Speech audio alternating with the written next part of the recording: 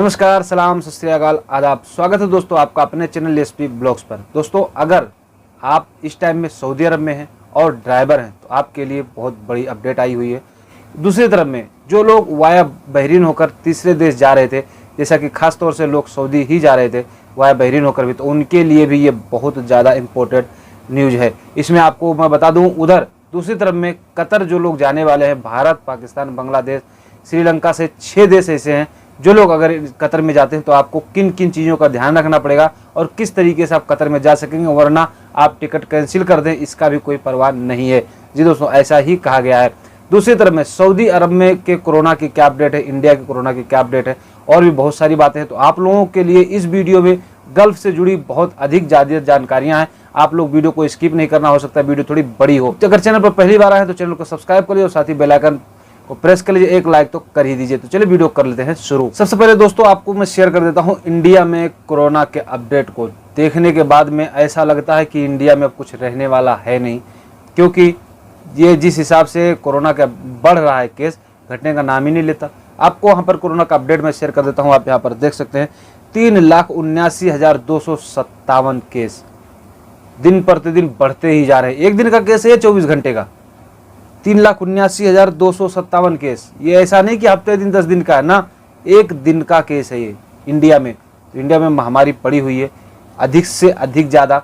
बहुत से देश हैं जो कि इंडिया की मदद भी कर रहे हैं, यहाँ तक कि पाकिस्तान, बांग्लादेश, यानी ऐसे ऐसे देश मदद कर रहे हैं जिनसे कोई अपेक्षा नहीं थी, ठीक। और इंडिया में लोग हिंदू मुसलमान कर रहे हैं। खैर चलिए, इन सब बातों को तो अलग रखेंगे, जो मदद जिनको करना हो तो करते ही हैं। दूसरी तरफ दोस्तों अब आपको मैं शेयर कर देता हूं सऊदी अरब में आज का कोरोना का क्या अपडेट है। आप यहां पर देख सकते हैं सऊदी अरब में आज के डेट में 1026 केस निकले हैं, जिसमें 1055 केस रिकवर भी हुए हैं। 11 लोगों की मौत हुई है। तो जहां सऊदी अरब में जहां पर जितने केस निकलते हैं उससे ज़्यादा कहीं ज़्यादा रिकवर भी होने लगे। किसी दिन थोड़ा कम रिकवर होता है, किसी दिन वो सारी चीज़ें अपडेट करके इकट्ठा कर जाता है, यानी कि अपडेटिंग ज़्यादा होती तो कुल मिलाकर बराबर हो जाता है। जितने केस निकलते हैं उतने रिकवर भी हो जाते हैं। लेकिन कोरोना के केस इस टाइम में सऊदी अरब में भी अगर देखा है तो 1000 के ऊपर से का आंकड़ा नीचे नहीं दे रहे हैं। अब दोस्तों आप लोगों को एक स्क्रीनशॉट में शेयर करूंगा। जो भाई हमारे इंडिया से या क्या नाम है पाकिस्तान, नेपाल समेत 6 देशों से, अलग अलग देशों से मतलब कतर जा रहे हैं, उनके लिए बहुत ज़्यादा जरूरी है। तो आप यहाँ पर स्क्रीनशॉट देख सकते हैं गल्फ हिंदी न्यूज़ वाले का। इन्होंने लिखा है भारत, पाकिस्तान, नेपाल समेत 6 देशों के लिए नए नियम अभी से लागू। फ्लाइट में दी जाएगी एंट्री, लेकिन दिखाना होगा 10 दिन का रिजर्वेशन। अगर आप इस टाइम में कतर जाते हैं तो आपके लिए ये जान लेना बहुत ज़्यादा ज़रूरी है। अगर इंडिया से या पाकिस्तान से, नेपाल से, इन सब जगहों से अगर आप जाते हैं तो आपके लिए ये जान लेना बहुत ज़्यादा ज़रूरी है। कतर के द्वारा दी गई, दूसरा यहाँ पर स्क्रीनशॉट देख लीजिए, कतर के द्वारा दी गई जानकारी के अनुसार भारत, पाकिस्तान, बांग्लादेश, फिलीपीन और श्रीलंका के साथ साथ नेपाल के लोग भी अगर कतर में दाखिल होते हैं तो उन्हें अनिवार्य रूप से 10 दिनों का क्वारंटाइन किया जाएगा। अगर आप कतर जा रहे हैं तो आपको 10 दिन का क्वारंटाइन किया जाएगा, पक्की बात है। उधर साथ साथ में कतर एयरवेज ने भी यह बता दिया है, नियम भी लागू कर दिया है। उन्होंने बता दिया है कि अगर किसी को अन्य परेशानी हो रही है नए नियम की वजह से तो वो अपना टिकट कैंसिल करवा सकते हैं। इसमें कोई दिक्कत नहीं है। उनका जितना रिफंड होगा पूरा का पूरा वापस कर दिया जाएगा, कोई कटौती नहीं होगी।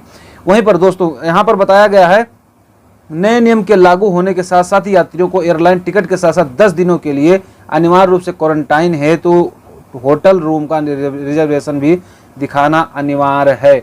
जब आप टिकट करवाएंगे इंडिया से कतर जाने के लिए तो आपको 10 दिन का क्वारंटाइन किया जाएगा, लेकिन उस टिकट के साथ साथ में वो क्वारंटाइन होटल में होगा तो उसका भी आपको रिजर्वेशन दिखाना पड़ेगा कि हाँ हम 10 दिन का होटल का रिजर्वेशन लेकर आए हैं, यहाँ क्वारंटाइन होंगे, उसके बाद में ही नॉर्मल तरीके से काम कर सकेंगे। दूसरी तरफ अगर आप किसी भी देश से इन सूचियों में जाते हैं, अब ध्यान रखना इस बात को, अगर आप किसी भी 5-6 देशों की सूची में अगर आप आ रहे हैं तो आपके लिए बहुत ज़्यादा अनिवार्य है और आप इसको समझ लें तो ही अच्छा होगा। नहीं तो अगर किसी भी कारणवश रिजर्वेशन बुकिंग भी जरूर कर लें, अगर किसी भी कारणवश अगर ऐसा नहीं होता है, आप नहीं कर पाते हैं तो आपको निराश लौटना पड़ सकता है। ये मैं नहीं कह रहा हूँ, ये यहाँ पर आपको जो मैंने स्क्रीनशॉट शेयर किया है इसमें बाकायदा डिटेल में लिखा हुआ है और ये बात सही है। जो लोग इस टाइम में कतर जाने वाले हैं उनके लिए ये बात बहुत ज़्यादा पॉइंट वाली है। अब दोस्तों बात कर लेता हूं मैं इस टाइम में जो भाई हमारे इंडिया से वाया बहरीन होकर किसी दूसरे देश में जा रहे थे या इंडिया से डायरेक्ट बहरीन में जा रहे थे काम करने, उनके लिए तो एयर इंडिया एक्सप्रेस का एक ट्वीट आपको मैं शेयर कर देता हूं। आप यहां पर देख सकते हैं, यहां पर लिखा हुआ है सीधा सीधा, Bahrain citizens residents and passenger with valid visa will be permitted to travel to Bahrain. यानी कि बहरीन में वही लोग आ सकते हैं, बहरीन के जो सिटीजन होंगे और उनका वीजा वगैरह सब कुछ परमिट यानी कि जो वीजा है वो वैलिड होगा, वही लोग बहरीन में जा सकते हैं। तो इससे क्या होता है, साफ साफ शब्दों में अगर कहा जाए तो यहाँ पर ये चीज़ क्लियर हो गया है कि अब इंडिया से लोग वाया बहरीन होकर भी किसी दूसरे देश नहीं जा सकते हैं। इसका मतलब यही हुआ ना, जब वहाँ सिटीजन लिख दिया गया कि बहरीन के जो सिटीजन हैं वही आ सकते हैं, उनका वीजा वैलिड सब कुछ वैलिड होना चाहिए, तो ही वही आ सकते हैं, नहीं तो नहीं आ सकते। और दूसरा भी यहाँ पर देख लीजिए, उसमें 6 साल के बच्चों के लिए कोई दिक्कत नहीं है, 6 साल के बच्चों का वहाँ पर कोई प्रॉब्लम नहीं होगा। लेकिन जो उससे बड़े हैं उनके लिए कोरोना का टेस्ट जो है, कोरोना RT-PCR टेस्ट करवा लेना उनके लिए बहुत ज़्यादा जरूरी है, तभी वो वहाँ पर बहरीन में जा सकेंगे। वो भी 48 घंटा पहले का कोरोना का नेगेटिव टेस्ट उनके पास में होना चाहिए, तभी वो लोग बहरीन में सफ़र कर सकते हैं। तो यहाँ पर जब इंडिया के लोग जा ही नहीं पाएंगे तो उसके लिए तो कोई मतलब है ही नहीं, ठीक है। लेकिन एक चीज़ और ध्यान रखना, कोरोना का टेस्ट वही मान होगा जिस पर QR कोड बना होगा, बार कोड जैसा होता है वो, अगर बार कोड वाला है तो ही वही कोरोना का RT-PCR जो टेस्ट होगा वही मान होगा बहरीन में।